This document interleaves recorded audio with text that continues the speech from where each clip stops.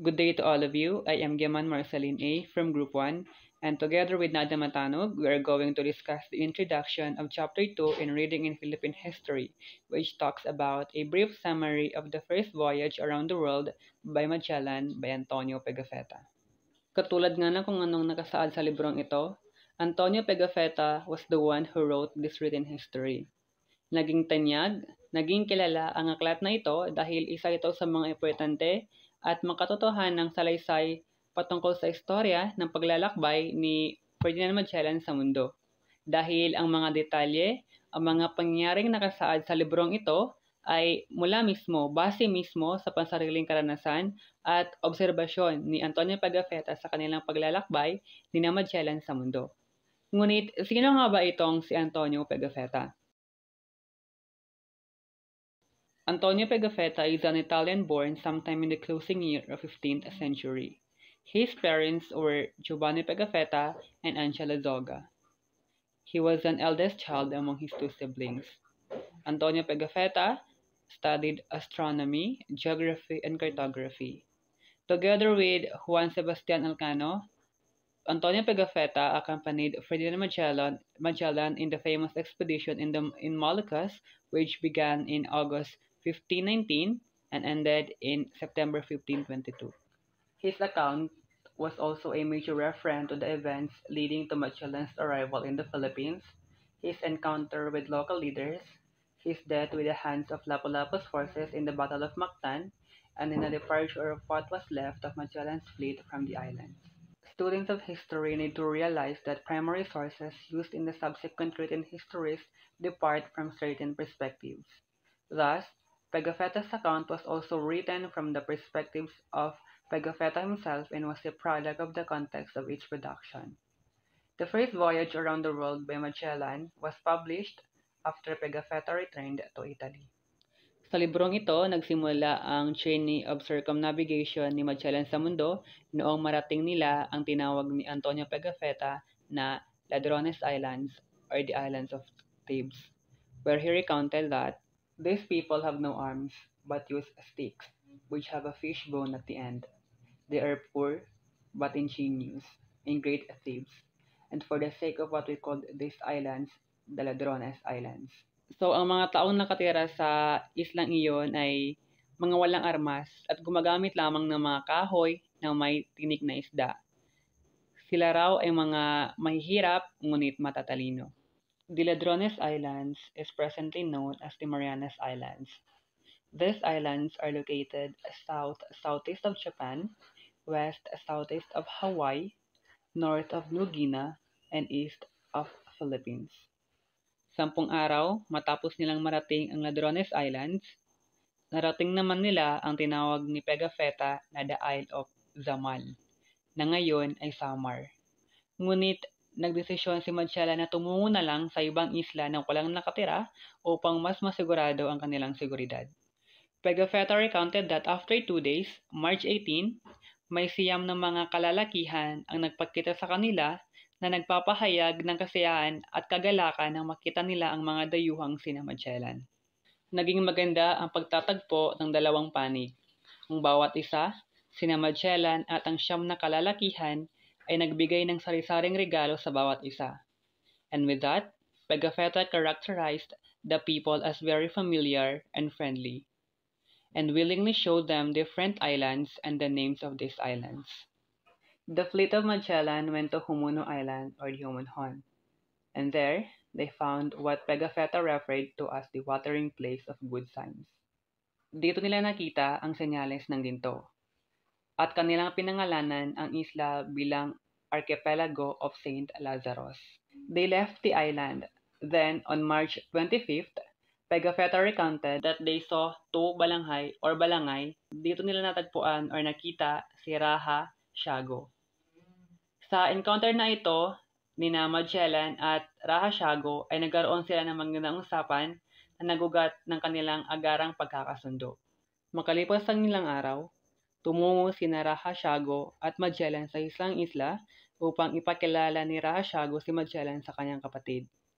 Sa islang iyon, sinabi ni Pigafetta na meron silang nakitang minahan ng ginto at sadyang napakayabong ng ginto doon.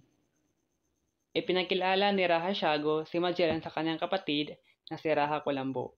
Pigafetta described Raja Colombo as the most handsome of all the men that he saw in this place.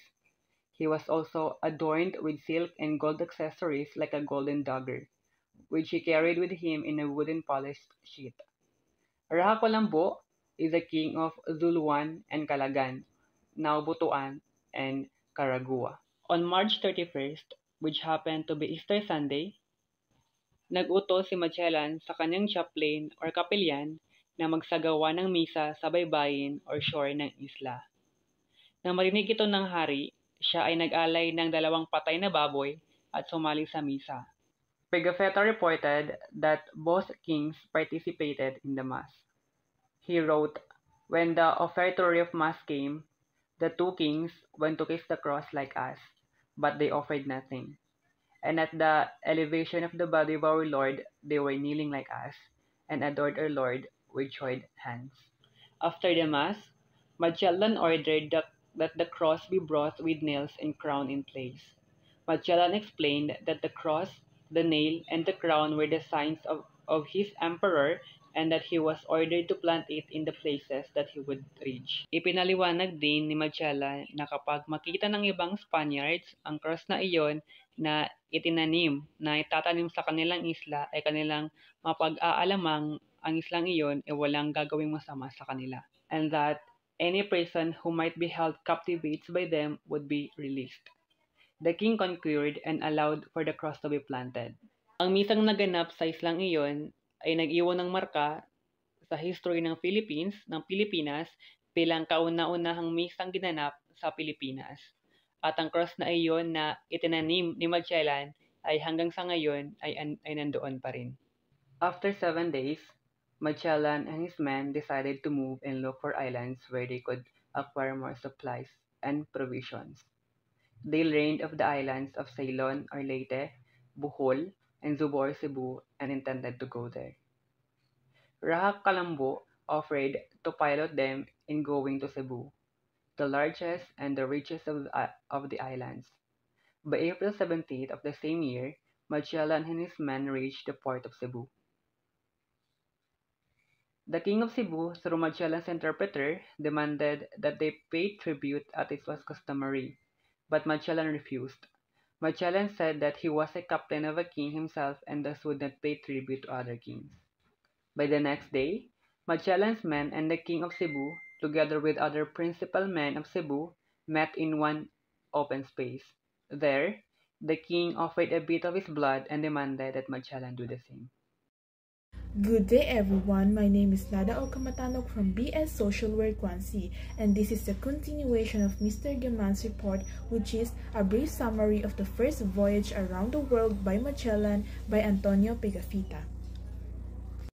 Magellan spoke before the people of Cebu about God and peace, na ikinatuwa naman ng mga tao roon. Magellan then asked kung sino ba ang susunod na magiging hari ng Cebu, at sinagot naman ito ng mga tao na ang panganay na anak ng hari na isang babae. Sinabi pa ni Pigafetta kung paano pinag-uusapan ng mga tao doon na ang mga magulang ay hindi na importante sa kanila kung sila man yung mas matanda o mas nakakatanda sa kanilang mga anak, dahil sinusunod na nila yung mga utos ng kanilang mga anak bilang bagong pinuno ng islang yon. Patuloy ring nangaral si Magellan patungkol sa pananampalataya at kanya namang nakukuminsi ang mga tao roon. Isinulat din ni Pigafetta na labis na tawa ang kanilang mga tauhan dahil nakikita nila ang mga tao na kusang loob umalaya sa kanilang loob na maging Christians at hindi dahil sila lamang ay pinilit. Noong April 14, 1521, dito na nagtipon-tipon ng mga tao kasamang hari at iba pang principal man ng mga isla. Inihinimok din ni Magellan na maging sa mabuting Kristyan ng hari sa pamamagitan ng pagsunod ng mga idols at tanging ang cross lamang ang kanilang sasambahin. Dito na rin bininyagan ng hari ng Cebu para maging isang ganap na Kristyan. Isinulat din ni Pigafetta na sinabi ng hari at ang kanyang pinamumunuan na susundin nila lahat ng pinag-uutos ni Magellan, pati na rin lahat ng kanyang sasabihin ay gagawin nila. Pagkatapos ng mga binyagan ng hari ng Cebu ay pinangalanan siya ni Magellan bilang Don Charles o Carlos.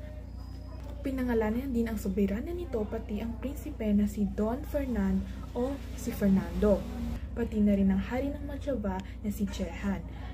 And to the Moor, he gave the name of Christopher. Yung Moor mo is yung taong may dark skin. At iba pang taong pinangalanan niya ng magagarbong pangalan. Tapos ng 8 araw, sinabi ni Pigafetta na lahat ng nakatira sa isla ay tuluyan ng nabinyagan bilang isang Christian. Inamin rin niya na may sinunog silang isang village dahil hindi nito sinunod ang utos ng hari o ni Magellan. Take note mo na ang misa ay ginaganap nila sa tabing dagat at isang araw, dumalo ang reyna sa misa at binigyan siya ni Magellan ng isang sanggol na imahe ni Jesus na ginawa ni Pigafetta. Sinabi rin ni Magellan sa mga bagong binyagan ng Christian na sunugin na yung mga idols o yung mga ibang sinasamba nila like yung mga statue o yung mga bato. Ngunit nagbigay naman ng mga palusot ang mga tao doon dahil gagamitin daw nila yon para gamutin ang lalaking may sakit. But Magellan insisted that they should instead put their faith in Jesus Christ. Pinuntahan nila yung may sakit na lalaki at pininyagan. At pagkatapos ng binyag, ay biglang nakapagsalita ang lalaking may sakit. At ang pangyaring ito ay tinawag ni Pigafetta bilang isang himala. Noong April 26, 1521, si Zula, isang principal man na galing sa Matan o Mactan, ay gusto makipaglaban kay Lapu-Lapu dahil ayon sa kanya si Lapu-Lapu ay hindi sumusunod sa mga utos ng king. Humingi siya ng tulong kay Magellan. He asked for him a boat full of men. Si Magellan naman ay binigyan siya ng 3 bangka at siya rin ay sumama sa labanan. Magellan and his forces arrived at Mactan on daylight. So, ang tao ni Magellan ay may 49 na bilang, samantala ang mga islanders na galing sa Mactan ay may estimate na bilang na 1,500. Ilarawan ni Pigafetta ang mga pangyaring naganap sa digmaan. Ayon sa kanya, pagtungtong pa lamang nila ng isla ay nakasalubong nila ang 1,500 na bilang ng mga islanders. At side by side silang inaatake nito. Kaya the Captain Magellan divided his men into 2 bands and the musketeers and crossbowmen attacked the islanders. Ngunit parang wala itong epekto sa mga islanders kahit natatamaan naman ang grupo ng Magellan yung mga shield nila na gawa sa maninipis na kahoy ay hindi ito naging dahilan para tumigil yung mga islanders sa pag-atake kina Magellan. The captain shouted not to fire but he was not listened to. So napansin nyo ng mga islanders na yung pag-atake nila ng Magellan ay wala masyadong epekto sa kanila. Kaya pinagbabato nila yung grupo ni Magellan ng mga palaso, sibat na gawa sa apoy, pati na rin bato at mga putik para mahirapang i-defend ni Magellan yung side nila. Iilan din sa mga islanders ay tinutukan si Magellan ng sibat o yung Captain General ni Magellan. Namatay sa digmaan si Magellan. Tinamaan siya ng palaso na may lason sa kanyang kanang binte. Sinubukan ding takutin ng mga tauhan ni Magellan ang mga natives sa pamamagitan ng pagsunog sa isang buong village. Ngunit mas lalo pang ikinagalit ito ng mga islanders. Magellan was specifically targeted dahil alam nila na siya yung Captain General. Magellan retaliated in Precious Simon with his lance in the breast and tried to draw his sword but could not lift it because of his wounded arm. So sinubukan din ni Magellan na gumante pero hindi niya kayang maitaas ang kanyang espada dahil sa kanyang sugatang braso. Nang makita ito ng mga native ay inatake rin siya kaagad. At mayroon pang isang native na inatake si Magellan sa kanyang kaliwang binte gamit ang kanyang espada. At naging dahilan ito para matumba si Magellan. Kaya wala siyang tigil na inatake ng mga native gamit ang kanilang mga sibat, espada at maging ang kanilang mga sariling kamay. Pigafetta also recounted the last moment of Magellan. According to him, whilst the Indians were thus overpowering him several times, he turned round toward us to see if we were all in safety, as though his obstinate fight had no other object than to give an opportunity for the retreat of his men. So kahit na inaatake pa ni si Magellan ng mga native, ay nag-aalala pa rin siya sa kaligtasan ng mga kasamahan niya. Pigafetta also recounted that the king of Cebu who was baptized could have sent help. Pero sinabihan siya ni Magellan na huwag nang sumama sa laban at panoorin na lamang ng hari ang kanilang pakikigdigma kay Lapu-Lapu. Ang mga tao ng Mactan ay binibigyan ng hari ng Cebu ng mga regalo. kapalit ang katawan ni Magellan. Ngunit si Lapu-Lapu ay hindi pumapayag sa ganong kondisyon dahil gusto niya na ang katawan ni Magellan ay sa kanila na para ito'y maging tanda ng kanilang tagumpay sa nangyaring digmaan. Marty Barbosa is elected as the new captain by the Magellan's men. Sinabi rin ni Pigafetta ang pagtratador ng slave at interpreter ni Magellan na nagkangalang Henry. Sinabi nito sa king na sa lalong madaling panahon ay gusto niyang umalis at kapag sinunod ng king ang kanyang advice ay makukuha lahat ng hari ng Cebu ang mga natitirang ari-arian ni Magellan. Si Henry at ang hari ng Cebu ay nagsanib puwersa para traidorin ang mga natitirang tauhan ni Magellan. He invited his men to a gathering where he would send that he would present the jewels that he will send to the King of Spain. But Pigafetta could not attend dahil ginagamot niya pa lang yung mga natamo niyang sugat mula sa digmaan. Only 24 men has attended. And those men has been slain by the native o yung mga utusan ng hari ng Cebu. Only the interpreter at si Juan Soriano ang hindi pinatay dahil may sugat na rin ito. Meron din namang mga tauhan ni Magellan na nakatakas at nakasakay sa barko. Ngunit iniwan nila si Serrano kahit si Serrano ay humihingi ng tulong sa kanila. These men left Cebu and continued their journey around the world. So pinagpatuloy na nila yung kanilang paglalakbay sa buong mundo. So before we end, let us proceed to a short analysis of the importance and significance of Pigafetta's Chronicle. Pigafetta's Chronicle is one of the most cited documents by the historians na gustong pag-aralan ng history ng Pilipinas because it has a valuable information including the regions, religions, and culture. It is one of the primary sources. As one of the earliest written accounts, Pigafetta was seen as credible source for a period which was prior unchronicled and undocumented, o mapagkakatiwalaang sources. Being the earliest detailed documentation, it was believed that Pigafetta's writing account for the purest pre-colonial society. So, it was purest because galing ito sa experience niya or na-witness niya during the time period. Context that should be used and understood in order to have more qualified reading of Pigafetta's account. So we should know the context because the context is the totality of factors that influences the author to produce a document. As a student na nag-aaral ng history, we should recognize certain biases accompanying the authors in his identity, loyalties, and circumstances that he was in, and how it affected the text he produced. First, he was a chronicle commissioned by the King of Spain to accompany and document a voyage intended to expand the Spanish Empire. So, he was loyal to the king. Yung mga sinusulat niya is dapat favorable sa king.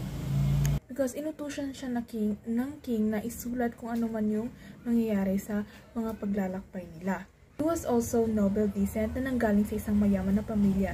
This will also influence his writings. Yung pagdidescribe na ng mayaman sa mahirap. Like nung pagpunta nila sa Island Lardones, kung saan nakita na yung mga tao doon at sinabi niyang mahirap sila. Well, in fact na baka yung mga tao doon tingin nila sa sarili nila na hindi sila mahirap. Because Pigafetta used the European standard and himself, mayaman din siya. Kaya siguro nasabi niyang mahirap yung mga tao doon dahil kakaiba yung pamumuhay nila sa kasanayan na din pamumuhay sa Europe. Pigafetta is also a scholar of cartography o yung gumagawa ng mapa at geography. Kaya nabibigyan niya ng detalye ang mga geography at mga climate ng mga pinaglalakbayan nilang lugar. Has to keep in mind that he was coming from 16th century European perspective. He whether implicitly or explicitly regarded the indigenous belief system and way of life as inferior to that of Christianity and Europeans. So si Pigafetta ay mababang kanyang tingin sa pamumuhay ng mga tao sa isla kaysa sa pamumuhay ng mga Kristiyano at mga European. He would always remark or napapansin niya palagi ang pananamit ng mga tao sa isla. Kumbaga palagi sila, dinidescribe nito na para silang nakahubad. Kasi sa European, close sila doon kasi malamig yung panahon. Pero, this island or soon to be the Philippines is mainit yung klima. Namamangha din siya sa kakaibang kultura ng isla dahil iba rin yung nakasanayan niyang culture sa Europe. He also noticeably o napapansin din niya na mga native doon ay namamangha sa mga kagamitan ng mga European at ganun din naman siya. Namamangha siya because he always mentioned the abundance of spices like ginger and of precious of metal like gold.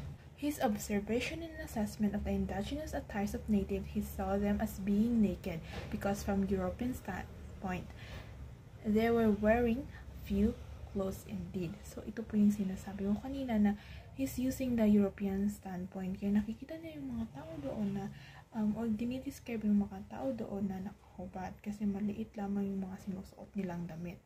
Unlike sa mga European. It should be understood that such observation were rooted from the context of Pigafetta and his era. So in his document, he always mentioned the abundance of gold in the island.